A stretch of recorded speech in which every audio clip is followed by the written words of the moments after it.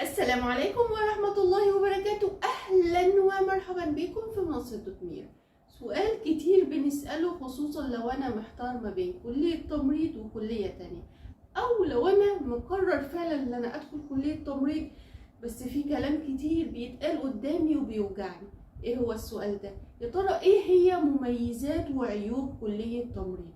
السؤال ده إجابته مهمة جدا جدا هتريحك، وكمان هقولكوا عن تجربتي كخريجة كلية تمريض والحمد لله مع ماجستير ودكتوراه وحققت حلمي، لأن عارفة الشعور اللي انتوا حاسينه. طلبة كلية تمريض مش طلبة عادية، طلبة شاطرة وكان عندها هدف ان هي تدخل كلية طب فما حصلش نصيب. فتابعوا الحلقة للنهاية، بالتأكيد في آخر الحلقة هترتاحوا وهتردوا على كل التساؤلات اللي بتدور في دماغكم. تابعوا معايا. في حلقة النهاردة قلنا هناخد مميزات وعيوب كلية تمريض. قبل ما ابدأ بالمميزات وقبل برضو ما ابدأ بالعيوب، انا على فكرة حاسة بيكم جدا وحاسة باللي انتوا حاسينه دلوقتي، لان اغلبية كل اللي دخل كلية تمريض مر بالشعور ده. وقلت ليه؟ لان احنا مش طلبة عادية، انت طالب كنت حاطط في دماغك كلية طب فما حصلش نصيب، فانت مش حد يعني خايب كده، لا ده انت شاطر وكان لك هدف بس قدر الله وما شاء فعل. ففي تساؤلات كتيرة بتحصل في دماغنا تعبانة جدا، يا ترى لما ادخل كلية تمريض هندم ولا لا؟ ده اللي هنعرفه في حلقة النهاردة، فتابعوا معايا كده واحدة واحدة واكتبوا معايا عشان كل التساؤلات اللي بتحصل في دماغكم هنجاوب عليها النهاردة. يلا نشوف مع بعض. وأول ميزة هناخدها لكلية تمريض الشغل. طب ما احنا عارفينها يا دكتور، واحدة واحدة كده ناخد اللي كل الناس عارفينه وبعدين هنتعمق دلوقتي في مميزات كلية تمريض الشغل. معروف خريج كلية تمريض أو حتى المعهد هخلص هشتغل. طيب ما هو في خبر برضو قلقنا يا دكتور اللي هو موضوع إلغاء التكليف، يعني بعد كمان ما ادخل كلية تمريض مش هشتغل؟ لا إن شاء الله هتشتغل. وانا اتكلمت عن موضوع الغاء التكليف ده وقلت فيه خبر مطمئن، فتابعوا شوفوا الحلقه للنهايه هتطمنوا وهتعرفوا ان شاء الله باذن الله هتشتغلوا. والشغل برضو مش شغل حكومه بس، ده انت كتمريض انا محتاجاك في الخاص جدا بمرتبات محترمه في الدول العربيه والدول الاوروبيه، ومفيش بقى وجه مقارنه، مفيش وجه مقارنه في الدول الاوروبيه والدول العربيه. يعني اللي بتشوفه هنا غير اللي هتشوفه هناك كأحسن ماديا ومقاما وحاجات كتيرة. فانت كخريج كلية تمريض ان شاء الله هتخلص هتشتغل ولك وضعك. طيب ايه هي الميزة التانية؟ دراسة العلوم الصحية والطبية اللي هو كان هدفك، اللي هو كان حاجة انت حاببها. انا بحب المواد الطبية، انا نفسي ادرس المواد دي، انا ببقى كده مبسوط وانا بذاكرها.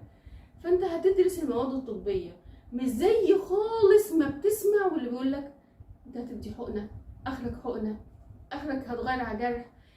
وللاسف احنا ككليات تمريض وكطلبه وكخريجين احنا مقصرين في حق نفسنا. ليه؟ لان احنا مش معرفين المجتمع احنا ايه، يعني احنا سايبين المجتمع هو شايفنا كده، واحنا برضو مش بنسعى نعرف المجتمع احنا ايه. احنا مش اللي هم فاكرينه خالص، مش حقنة وغيار على جرح. كل خريج تمريض عارف كده.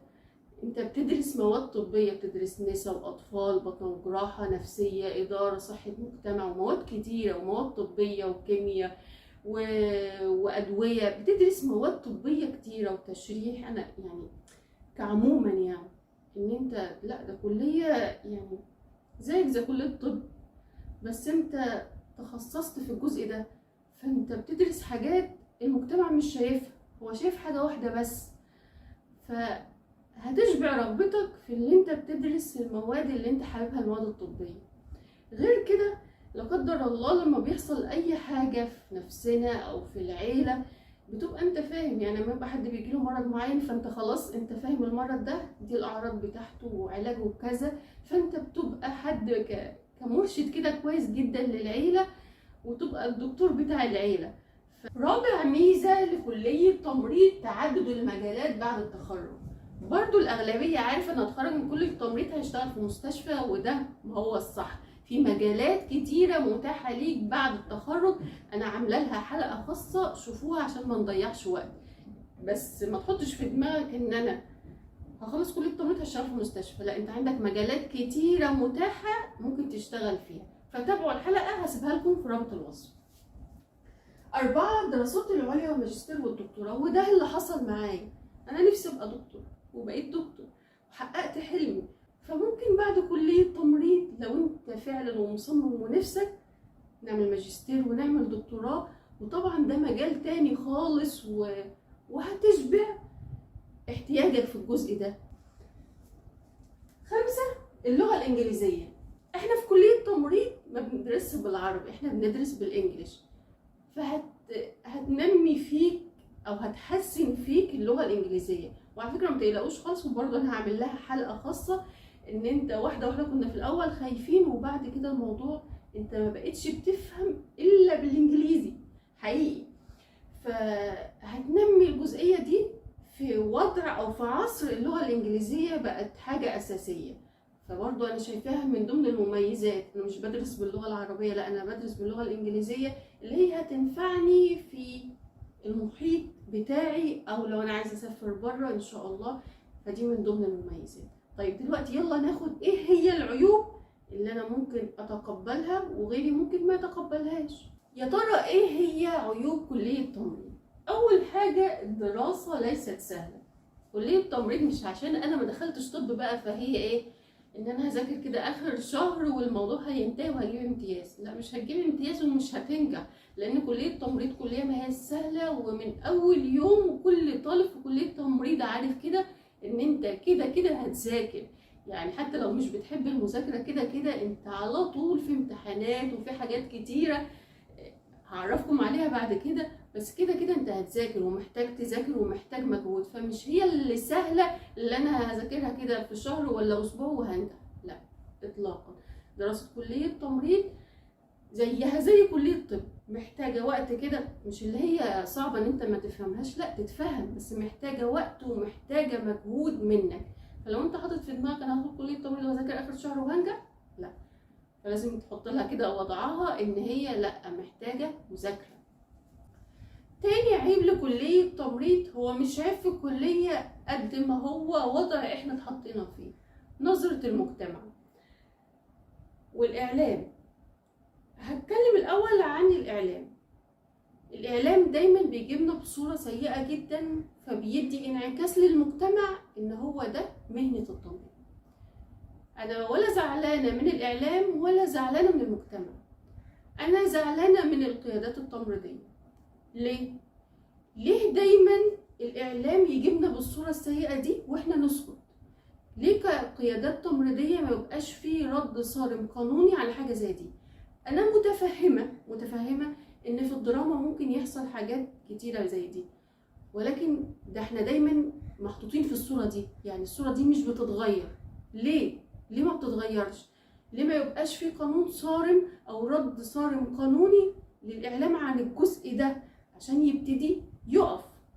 تاني حاجة المجتمع للأسف بسبب انطباع أو الانعكاس اللي بياخده من الإعلام هو خلاص خد انطباع عن كده. فالتقصير مننا إحنا في إيه بقى؟ إحنا لازم نعرف المجتمع إحنا إيه ككلية تمريض. يعني لما حد يجي يقول لك كلية تمريض ما تتكسفش وتسكت وتوطي، لا، عرفه يعني إيه كلية تمريض. مش تبقى خجلان كده وحاسس إن أنت حاجة قليلة. انت مش حاجه قليله، انت زيك زي كليه طب بتدرس المواد الطبيه. انت اخصائي تمريض، تخصصك تمريض، فانت ما انتش حاجه قليله. فدورك كطالب في كليه تمريض والخريجين والقيادات التمريضيه يا جماعه لازم نعرف المجتمع احنا ايه. احنا مش الحقنه والغيار على الجرح خالص. لازم يبقى فيه دور توعوي عن يعني ايه كليه تمريض. كلية تمريض مش زي ما الناس دلوقتي عارفة كلية تمريض هتشتغل، لا. كلية تمريض أكبر مقاما من إن أنا أقول هدخل كلية تمريض عشان أشتغل، لا. كلية تمريض حاجات كتيرة جميلة، ده دورنا عشان نعرف المجتمع. لو أنت بقى حاطط الموضوع ده في دماغك وما أنتش قادر تتخطاه ما تدخلش كلية تمريض. بس ما تزعلش مني، أنت إنسان ضعيف، لأن المجتمع أو الناس مش حاجة يعني بالنسبة لي. انا لازم اتخطى الفكره دي، ولما انجح واحقق حلمي وممكن تعمل ماجستير ودكتوراه، اللي كانوا بيستقلوا بيك هيقولوا يا ريتنا كنا سمعنا كلامه او دخلنا زيه وبقينا زيه لما يشوفوك بعد التخرج. فتخطى الجزء ده لفتره، ولما تنجح نجاحك هو اللي هيخلي كل دول يسكتوا. ولازم برضو تعرف الناس اللي حواليك وكل اللي بيجي يسألك كده وبفخر، اما حد يجي يسألك انت خريج ايه، انا خريج كلية تمريض او انا طالب في كلية تمريض، وتعرف الناس يعني ايه كلية تمريض.